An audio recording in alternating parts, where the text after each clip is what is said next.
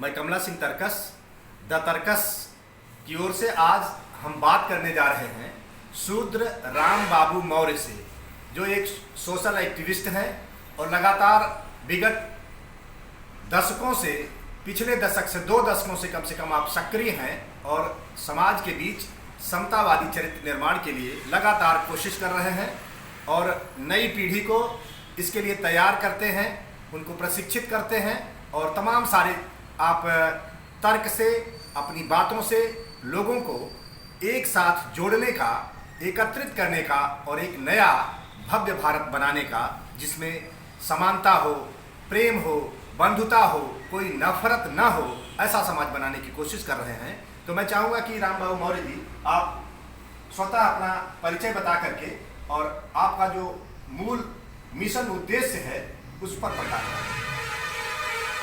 जी, मैं शूद्र राम बाबू मौर्य यही जौनपुर जिले का रहने वाला हूँ और भारत देश की भौगोलिक सामाजिक परिस्थिति देख करके मुझे ऐसा एहसास हो रहा है कि भारत को एक विकसित राष्ट्र होना चाहिए था, क्योंकि यहाँ पर भारत देश में हर वह संपदा है जो दुनिया के देशों में कहीं कहीं थोड़ी थोड़ी है, कहीं है नहीं, कहीं है ये नहीं है, लेकिन भारत में सारी वो समूल जो है संपदा प्रकृति द्वारा है। प्राकृतिक खनिज संपदाएं हमारे देश की दुनिया के मुकाबले काफी बेहतर हैं। हाँ। और तमाम सारे देश कोई एक चीज, कोई पेट्रोल के बल पर चलता है, कोई खेती के बल पर चलता है, लेकिन हमारे यहाँ समग्रता है। एक तरह से हम कह सकते हैं कि भारत पूरी दुनिया का एक छोटा नमूना है। तो आप अपनी बात आगे बढ़ो। इतने संपन्न भूमि के बावजूद भी हम विपन्न हैं, भारत देश गरीब है, ये बहुत कष्ट देता है मुझे। और इसके पीछे जो कारण मुझे दिखाई पड़ता है कि इस देश का जो पाखंडवादी, जिनको लोग मनुवादी कहते हैं, मैं भी मनुवादी कहता हूँ, इन लोगों का जो सोच है, जो पिछड़ापन का सोच है, जो परंपरागत सोच है, वह कारण बनता है। कभी इन लोगों ने भारत की जनसंख्या को कंट्रोल करने के बारे में नहीं सोचा। ये भारत की बहुत बड़ी समस्या है। यदि भारत की जनसंख्या कंट्रोल हो जाए, जिसके लिए इंदिरा गांधी ने प्रयास किया, जब इंदिरा गांधी ने प्रयास किया तो इंदिरा गांधी के अच्छे काम को रोकने के लिए जो आज हिंदू मुस्लिम करते हैं आरएसएस बीजेपी के लोग, यही आरएसएस बीजेपी के लोग मुसलमानों के धर्म के ठेकेदारों के साथ मिलकर के इंदिरा गांधी को सत्ता से उतार दिया।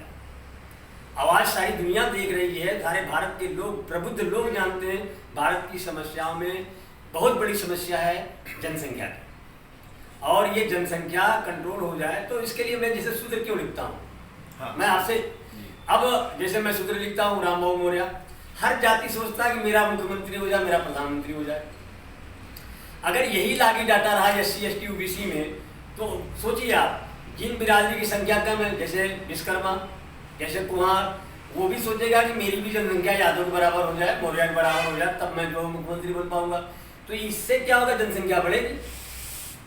और सूत्र लिखते क्या होगा कि जैसे और लोग हैं, तिवारी है, मिश्रा है, चौबे हैं, पाणे हैं, ये पंडित लिखते ही एक वर्ण में आ गए, तो सत्ता की जो दौड़ है वो कम होगी। दूसरी चीज से ये होगी कि हमारे जो लोग हैं उनको यह बात समझ में आएगा कि कर्म से आदमी महान होता है, वर्ण से महान नहीं होता है। तो क्या आप जाति और जो धर्म की बात चल रही है उसके बजाय वर्णवाद को ज्यादा मजबूत अपना हथियार समझते हैं? वर्ण को स्थापित करना चाहते हैं या वर्ण को खत्म करना चाहते हैं? नहीं, वर्णवाद को मैं मजबूत नहीं कर रहा, मैं वर्णवाद के माध्यम से यह जताना चाहता हूँ लोगों को, भारत देश के नागरिकों को, कि वर्ण के आधार पर यदि आप एक बार संगठित हो गए तो इस देश का जो पाखंडवादी है, मनुवादी है, उसकी जो साजिश है वो फेल हो जाएगी। तो इसके लिए आपके पास क्या योजना है, क्या कार्य योजना लेकर आप लोगों के बीच जा रहे हैं? कैसे आप बनाएंगे एक अच्छा भारत जो इस पर सफलता पाए? इसके लिए मैं तो पहले प्रयास कर रहा हूँ कि सभी SC ST OBC के लोग अपने नाम जाके सूत्र लिख लें, ताकि सत्ता की दौड़ और मारामारी बंद हो जाए। उसके बाद सत्ता में आने के बाद भारत देश के जो संविधान है उसके तहत कानून बना कर देश की आबादी के लिए नियम बनाए। उसके बाद सत्ता में बैठा हुआ आदमी भारत देश का जो संपदा है, खनिज संपदा है, उसका सही रूप से इस्तेमाल करें, ताकि जो प्रतिभा हमारे भारत में छुपी हुई है वो प्रतिभा निकल के आए। अब आप कल्पना करिए, थोड़ी देर के लिए मैं आपसे कह रहा हूँ कि मिराज जो हमने खरीदा ऑस्ट्रेलिया से, अगर उसका कुल वजन किया जाए, जो भी वजन है 10 कुंटल 20 कुंटल 20 कुंटल लोहे का दाम कितना होगा? बहुत होगा, 20,000 2 लाख या 20 लाख होगा। लेकिन उसी लोहे को ऑस्ट्रेलिया के बुद्धिजीवी नौजवान इंजीनियरों ने ऐसा सिस्टम बना दिया कि उड़ने लगा, बम फेंकने लगा, तो कितने बिका? अरबों रुपए का बिका। तो क्या हमारे पास लोहा नहीं? क्या हमारे पास प्लास्टिक नहीं है? अगर वही टेक्निक हमारे लोगों के पास आ जाए तो जो हमारा 1 अरब रुपया ऑस्ट्रेलिया में गया वो रुपया हमारा बचेगा, वह रुपया हम भारत देश के विकास में लगा सकते हैं। तो मेरे कहने का आशय है कि भारत का जो मनुष्य है, जो भारत का जनमानस है, वह विज्ञान की तरफ बढ़े। धर्म उसके इच्छा है माने, लेकिन धर्म के साथ साथ वो विज्ञान को भी आदर दे, सम्मान दे, और जो बुद्धिजीवी है उसका सम्मान करे। मैं इस बात को इसलिए कहता हूं, मैं बहुत सख्त खिलाफ हूं। रामायण में जो ये दोहा लिखा हुआ है, पूजे विप्र सकल गुणहीना, शूद्र ने पूजे गुण ज्ञान प्रवीणा, मैं इसका सख्त विरोधी हूँ। क्यों? कि अगर आप बुद्धिजीवी, कोई भी आदमी बुद्धिजीवी हो सकता है, ब्राह्मण हो सकता है, क्षत्रिय हो सकता है, वैश्य हो सकता है, शूद्र हो सकता है, अगर शूद्र बुद्धिजीवी है, आप उसका सम्मान नहीं करेंगे तो उसकी प्रतिभा कैसे निकलेगी? अगर ब्राह्मण भी बुद्धिजीवी है और शूद्र उसका सम्मान नहीं करेगा तो प्रतिभा कैसे विकसित होगी? तो भारत को प्रतिभा की आवश्यकता है। प्रतिभा ही धन पैदा करता है, प्रतिभा ही संपदा पैदा करता है। तो हमारे नेताओं से और जो सरकार है, तमाम नेता हैं, इस बारे में क्या वो लोग जागरूक हैं, सचेत हैं, कुछ कर रहे हैं? कुछ उनसे उम्मीद आपको है? आप क्या कहना चाहते हैं नेताओं से? नेता माने तो मैं समझता हूँ सोता। जितने नेता हैं, सत्ता भले मिल जाए, कुर्सी बैठ जाए, लेकिन उनकी अकल घुटने में होती है मेरे देखे में। उनको इन सब चीज़ों से जो है कोई वास्ता सरोकार नहीं। और शायद मैं समझता हूँ कि कुर्सी की दौड़ में एक दूसरे का गला घोट करके कुर्सी पे बैठने के कारण उनके पास इस बात का ज्ञान ही नहीं है कि भारत का विकास कैसे किया। तो ये कैसे होगा? क्योंकि इससे देश का तो बड़ा अहित हो जाएगा। अगर हमारे नेताओं के हाथ में ही शासन व्यवस्था है, वही कानून बनाते हैं, संचालन करते हैं, तो कैसे ठीक होगा? क्या किया जाए इसके लिए? क्या करें? उसके लिए मैं जगह जगह जहाँ भी जाता हूँ, शादी विवाह कराता हूँ, शांति पर, वहाँ मैं लोगों से कहता हूँ कि जो हमारे ये नालायक नेता हैं, अब इनके बुलाए मत जाओ, क्योंकि नेता अपने अनुयायियों का गुलाम होता है। उसका अनुयायी जिधर जाएगा नेता उधर जाएगा। माने अगर जो उनके समर्थक हैं वो जिस तरह का दबाव बनाएंगे उस तरह का नेता काम करेगा। तो जन दबाव की जरूरत है, यानी कि जन जागृति की जरूरत है, और जनता को शिक्षित करने की जरूरत है, जिसको कभी अंबेडकर साहब ने कहा था कि एजुकेट करना है। जो ज्योतिबा ने कहा था जी, ज्योतिबा कि वो जो है लोगों को शिक्षित होना चाहिए। लोग समझदार होंगे तो कोई नासमझ उनका मालिक नहीं हो पाएगा। तो ज्योतिबा ने इस देश के लिए अच्छा काम किया था, और सावित्रीबाई फुले ने भी अच्छा काम किया था, तो उन्हें हमारे नेता लोग भारत रत्न क्यों नहीं देते? क्या एक भी नारी आज तक भारत रत्न के लायक नहीं हुई? और ज्योतिबा और सावित्रीबाई का योगदान तो मैं समझता हूँ कि सारे लोग मान रहे हैं। यही तो कौन व्यवस्था लागू हो जाती है जी। हाँ। देखिए, बातचीत में हमारे साथी शामिल हैं। इधर भी जरा कैमरा घुमाइए, आप अपना परिचय दे दें। अरविंद मुन्ना लोग हमको कहते हैं। यही बड़ी व्यवस्था लागू होती है, इसी कारण समाज जो है बढ़ता चला जा रहा है। ये वर्ण व्यवस्था और जाति व्यवस्था के कारण न्याय नहीं हो पा रहा है। ये आपके शब्द हैं। आप जौनपुर के एक व्यवसायी हैं और आपने अपने विचार रखे। आप यादव जी हैं, आप क्या कहना चाहेंगे? कुछ दो शब्द आप भी चर्चा में भागीदारी करें। तो जरूरी है कि मैं ही बोलूं। आप लोग अपना परिचय भी बता दें। मैं राजेंद्र प्रसाद बौद्ध हूँ और काशी विद्यापीठ से एमफिल करके उसी समय से सामाजिक आंदोलन से जुड़े एक कार्यकर्ता की मौत हो गई थी। तब से मैं उसी रास्ते पर चल गया कि ये देश सामाजिक न्याय के साथ नहीं है। हर किसी व्यक्ति के साथ भेदभाव और दुर्भावना, बस ऐसी घटनाएं हो जाती है, उसकी हत्या हो जाती है। कोई चिंतक हो, अच्छा आदमी हो, सही रास्ते पर काम करने वाला, उसकी हत्या जब हो जाती है तो बहुत सदमा लगता है। तो उस सदमे के कारण मैं ऐसे मिशन से जुड़ा जो उस समय मानवर काशीराम कि हर किसी को अच्छा जीवन जीने का हक है, अच्छा खाना, अच्छा कपड़ा और अच्छा मकान। तीन ही हमारी मूलभूत आवश्यकता है। ये सरकार की जिम्मेवारी बनती है। जिस देश की जो सरकार हो उसकी जिम्मेवारी है कि वो अपने देश के हर नागरिक के गुड लाइफ के लिए काम करे। लोक कल्याणकारी राज्य के लिए यह आवश्यक है कि वह लोगों के हित के लिए काम करें, लेकिन अभी भी हमारे समाज में सामाजिक न्याय उपलब्ध नहीं है और लोगों को जिस तरह से कल्याणकारी राज्य में होना चाहिए, उनके पास सारी एक जन मनुष्य के रूप में स्वास्थ्य, शिक्षा, रोटी, कपड़ा, मकान, स्वास्थ्य, शिक्षा, सम्मान जो होना चाहिए, उसकी भी भारी कमी है। ये थे आपके शब्द, और आप एक सोशल एक्टिविस्ट हैं, जैसा कि आपने बताया। आप लंबे समय से सामाजिक कार्यों में लगे हैं, आपने भी हमारी चर्चा में भागीदारी किया। शुद्ध राम बाबू, अपनी बात को थोड़ा आगे बढ़ाएं और कम समय में समेटें। मोटी मोटा सर, मैं अब कहना नहीं चाहता, कुछ करना चाहता हूँ, कर रहा हूँ, और मैं चाहूँगा कि लोग अब कहना नहीं, करना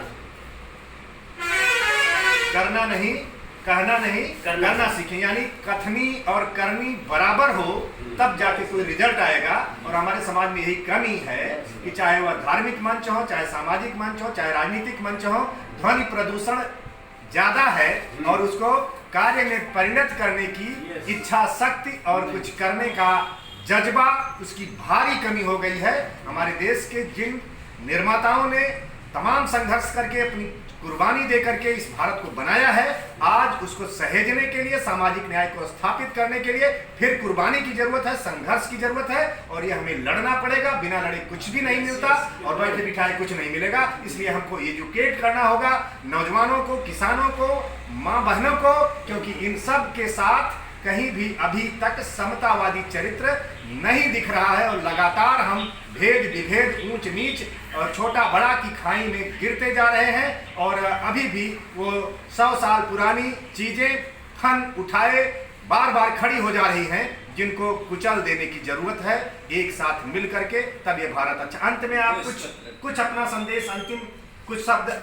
मैं अंत में सिर्फ यही कहना चाहूँगा कि हमारे सभी वह लोग जो अपने को हिंदू कहते हैं, वह लोग अपनी माँ बहनों को हिंदू कोड बिल से परिचित कराएं, क्योंकि डॉक्टर बाबा साहब अम्बेडकर ने हिंदू कोड बिल बना करके जो इस देश में वर्ण व्यवस्था थी, जो असमानता पैदा हुई थी, उसको खत्म करने का काम किया। इस स्तर पे उन्होंने कहा कि हर वर्ण की महिलाएं, हिंदू महिलाएं जिनको पशु से भी बदतर जिंदगी जीने के लिए विवश किया गया और जबरी पति के मर जाने पे सती किया गया, ऐसी हिंदू महिलाओं को बाबा साहब अम्बेडकर ने हिंदू कोड बिल बना करके अधिकार दिया शिक्षा लेने और देने का, वोट लेने और देने का, संपत्ति खरीदने और बेचने का, और नालायक पति को तलाक देकर पुनर्विवाह करने का।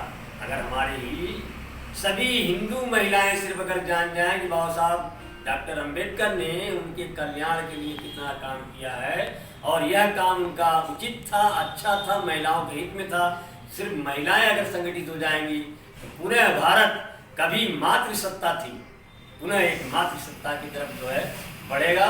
और जितना अच्छा शासक महिलाएं हो सकती हैं, मैं पुरुष होते हुए भी कह रहा हूँ, जितनी अच्छा शासक महिलाएं होती हैं, जैसे घर को अच्छे से महिलाएं चलाती हैं, वैसे देश भी अगर महिलाएं चलाएंगी तो निश्चित तौर से जो हम, आप या इस देश का वह नौजवान जो सोचता है भारत विकसित राष्ट्र हो जाए, निश्चित तौर से मात्र मेरा ख्याल है 15 साल में भारत देश विकसित राष्ट्र हो जाएगा, इससे ज़्यादा। आपने हिंदू कोड बिल के बहाने ये बताया कि नारी एक नहीं दो मात्राएं, नर से बढ़कर नारी है, नारी माँ होती है और उसका जो मातृत्व पद है वह उसको बहुत बड़ा बना देता है। कोई भी पुरुष उसकी समानता इस मामले में नहीं कर सकता।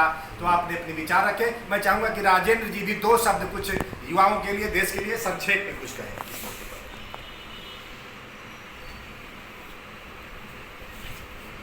आप लोग ऐसे प्रश्न समाज को, देश को तरक्की करने के लिए, ऐसी सोच विकसित करने के लिए अपने दिन रात को लगाए हुए हैं। थोड़ा बात तेज। जिस कार्य में आप लोग लगे हुए हैं, ये दुनिया का सबसे बड़ा काम है, ये साधारण व्यक्ति के बस का नहीं है। और आप लोगों ने अपने जीवन का महत्वपूर्ण टाइम जो समाज और देश के बारे में सोचने के लिए दिया है, ये अमूल्य धरोहर आने वाली पीढ़ियों के लिए प्रेरणा स्रोत होगी। कल का भारत साइंटिफिक भारत बने, वैज्ञानिक भारत बने, दुनिया में जैसे पहले भारत 2500 बरस पहले अपना स्थान रखता था उस तरह का भारत हो, दुनिया हमारे साथ कदम से कदम मिला के चलती दिखाई दे। नहीं तो यह देश परंपराओं और रूढ़ियों और अंधविश्वासों में जकड़ा हुआ है। आज भी हम होने वाली सामाजिक घटनाओं के बारे में कारणों की खोज नहीं करते, बल्कि किसी एक शक्ति को मानते हैं, मानते चले आए हैं। इसलिए जब मानते हैं तो वो शक्ति है या नहीं है इसके बारे में हम रीजनिंग नहीं कर पाए। इसीलिए समाज का असली जो व्यक्ति है वो अपनी समस्याओं से परिचित न होकर के समस्याओं के लिए किसी और शक्ति को जिम्मेदार मानता है, जिससे इस देश का वैज्ञानिक दृष्टिकोण कमज़ोर पड़ता जा रहा है।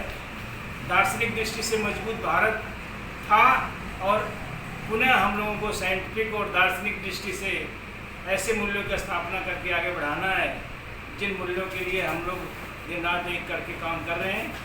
ऐसे में भारत समृद्ध राष्ट्र होगा और पूरी दुनिया में पहले नंबर पर आने की कोशिश हम लोगों की है।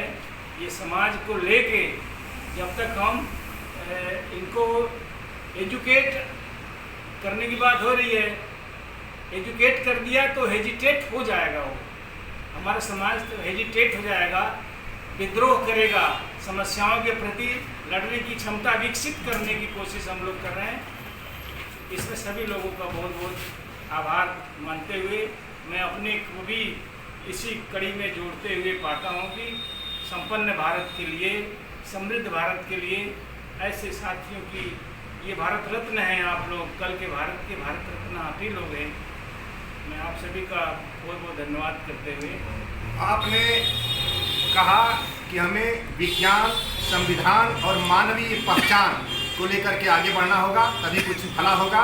और आपने यह भी कहा कि जो हमारी मानसिक गुलामी जिससे हम ग्रस्त हैं, उसकी बेड़ियों को अगर हम तोड़ देंगे, एहसास करा दें लोगों की हम गुलाम हैं, तो अपनी बेड़ियों को तोड़ने के लिए खुद तैयार हो जाएंगे। ये थे आपके शब्द और आज हम सभी ने बातचीत किया। ये इसके लिए मैं कमला सिंह तरकस, द तरकस की ओर से, और हमारे साथ कैमरामैन गोकुल जी, गोकुल यादव, आप सभी को बहुत बहुत धन्यवाद इस बातचीत के लिए। हम फिर अगले एपिसोड में बात करेंगे, फिर मिलेंगे। और हमारे बीच अगर आप कुछ कहना चाहते हैं तो दो शब्द से अंत हो, ठीक, हम फिर मिलेंगे, फिर बात करेंगे। बहुत बहुत धन्यवाद।